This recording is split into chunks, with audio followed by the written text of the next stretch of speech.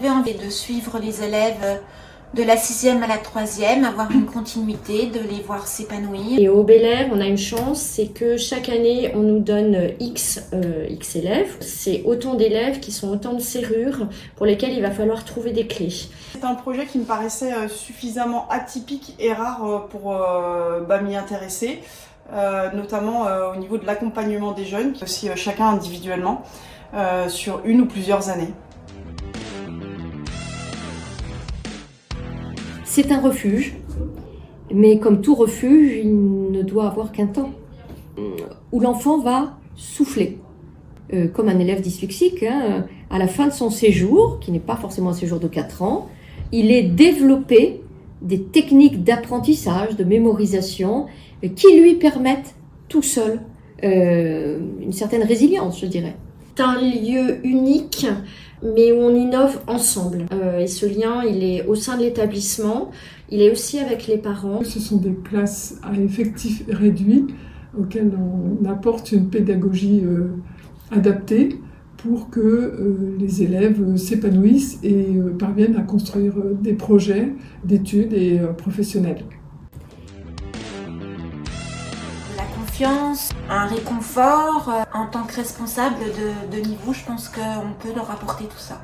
Donner du temps pour apprendre, du temps pour grandir, du temps dans ses apprentissages. Ce serait aussi de l'outiller en fonction de ses difficultés pour qu'il puisse devenir de plus en plus autonome dans sa scolarité. Ma mission première, c'est quand même d'être prof de sciences. Mon autre mission, c'est de faire vivre ce projet gestion mentale, qui est un projet récent mais dynamique. Mon rôle dans ces deux classes, c'est aussi de les accompagner pour construire leur projet.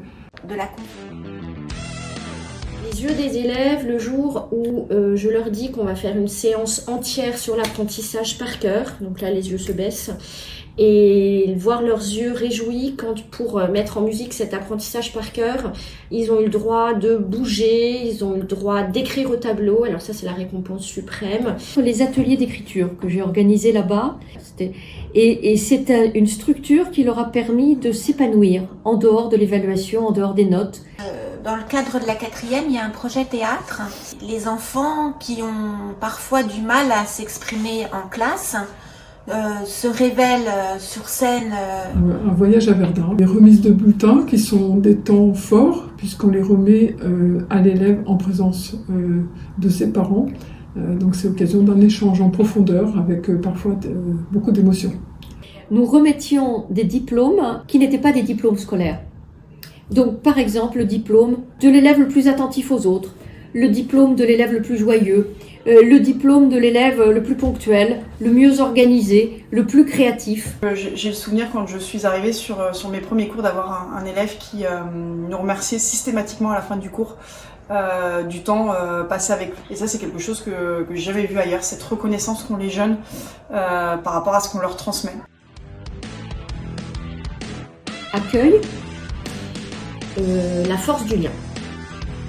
Pour moi, c'est la réussite. Pour moi, c'est des pépites. Donc les pépites, c'est les élèves. C'est comme ça qu'on les appelle ici. Rêve ta vie et vis tes rêves.